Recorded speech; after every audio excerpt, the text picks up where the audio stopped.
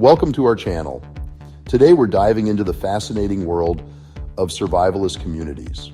These are groups of people actively preparing for societal collapse, natural disasters, or any event that disrupts everyday life as we know it. They're like the ultimate preppers, man.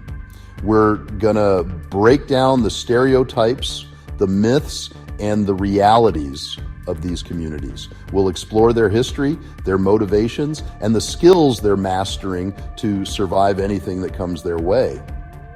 Stick around and discover some surprising facts you probably didn't know. This isn't just about stockpiling beans and bullets, it's about resilience, community, and a different way of looking at the world. So, where did this whole survivalist thing even start? You can trace it back to various historical periods. Ancient civilizations had to be prepared for famine, droughts, or attacks. It was survival of the fittest. The modern survivalist movement took shape during the Cold War. The threat of nuclear war had people building fallout shelters and stocking supplies. That fear gets a grip on you. The 70s energy crisis and economic downturns increased self-reliance. People wanted to be prepared for just about anything. The world's a crazy place. Pandemics, climate change, political instability. It's enough to make anyone think about having a backup plan. Self-sufficiency is the name of the game for survivalist communities. They reduce dependence on the outside world. Growing food, raising livestock, mastering permaculture, collecting rainwater using solar or wind power, building homes, chopping wood to heat your cabin, connecting to nature, and basic needs. It's about practical skills and mindset, adapting and overcoming challenges, emphasizing traditional crafts and survival techniques, walking encyclopedias of essential life skills.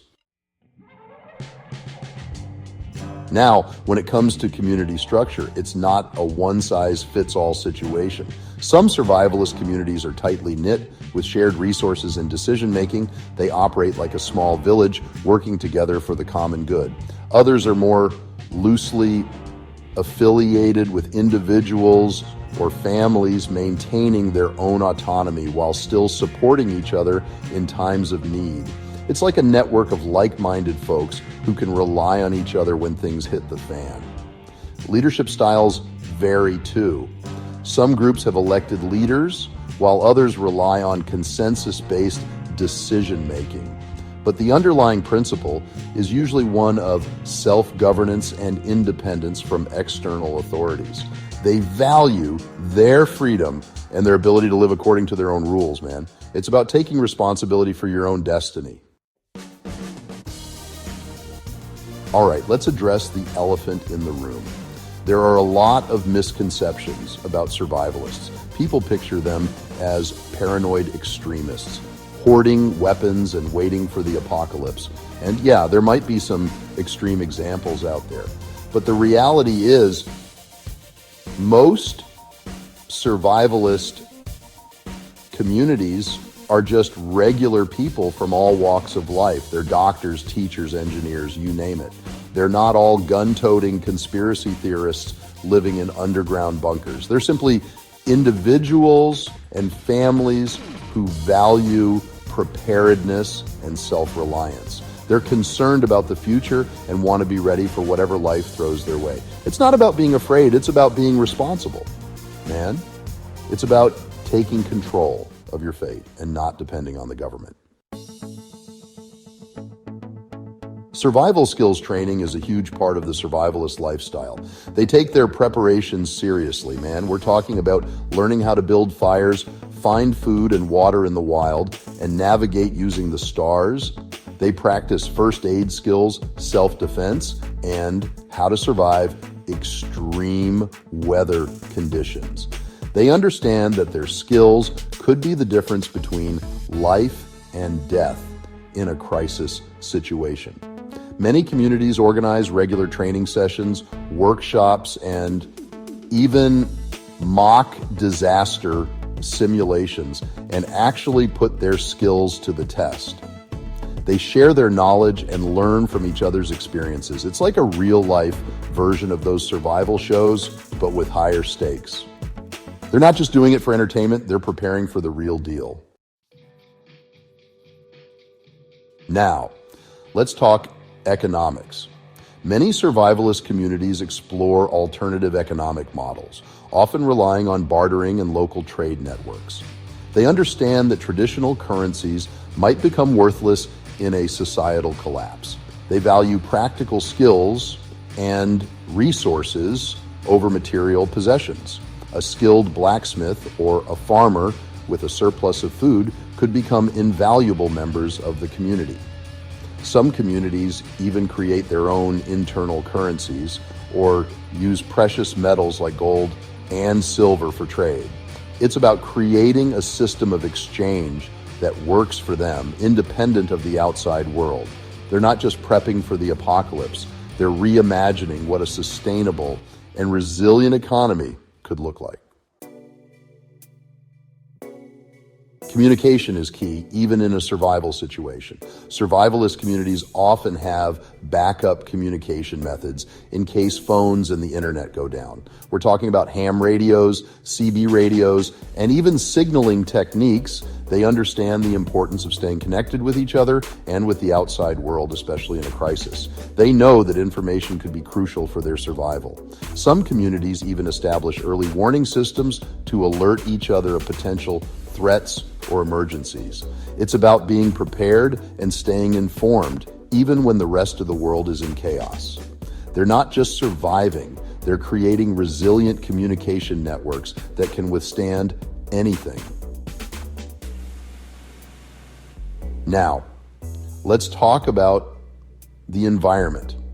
Contrary to what some people might think, many survivalist communities are deeply connected to nature and prioritize sustainability. They understand that their survival depends on a healthy environment. They practice permaculture, organic farming, and other eco-friendly methods to minimize their impact on the planet. They conserve water, reduce waste, and often live off the grid. They see themselves as stewards of the land, responsible for protecting it for future generations. It's not just about surviving the apocalypse, it's about ensuring that there's a planet left to survive on. They're living proof that preparedness and sustainability can go hand in hand. Let's be real, living outside the mainstream comes with its challenges. Survivalist communities sometimes face legal hurdles, especially when it comes to building codes, zoning regulations, and firearms ownership. Their self-sufficient lifestyle often clashes with bureaucratic regulations designed for a more conventional way of life. They're navigating a system that doesn't always understand or accommodate their choices. Some communities choose to keep a low profile to avoid legal scrutiny, while others are more vocal about their rights and beliefs. It's a constant balancing act between living according to their principles and staying within the bounds of the law. They're pushing the boundaries of what it means to be self-reliant and independent in a world that often values conformity. So, what does the future hold for survivalist communities?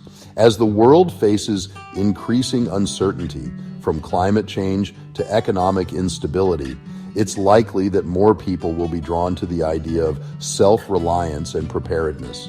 The skills and knowledge they've accumulated could become increasingly valuable in a world grappling with resource scarcity and social upheaval. They're at the forefront of a growing movement towards resilience and adaptation. But it's not just about surviving the apocalypse. It's about creating a more sustainable and equitable future for everyone. They're challenging us to rethink our relationship with the planet, with each other, and with the systems we've created. They're a reminder that even in the face of uncertainty, there's always hope, resilience, and the power of human ingenuity. Thanks for watching. If you enjoyed this video, make sure to like, comment, and subscribe for more content like this. We're always exploring the edges of human experience, and survivalist communities offer a unique perspective on what it means to be prepared for anything. Let us know in the comments which fact surprised you the most. These communities are often misunderstood, but there's a lot we can learn from their commitment to self-reliance, community, and resilience.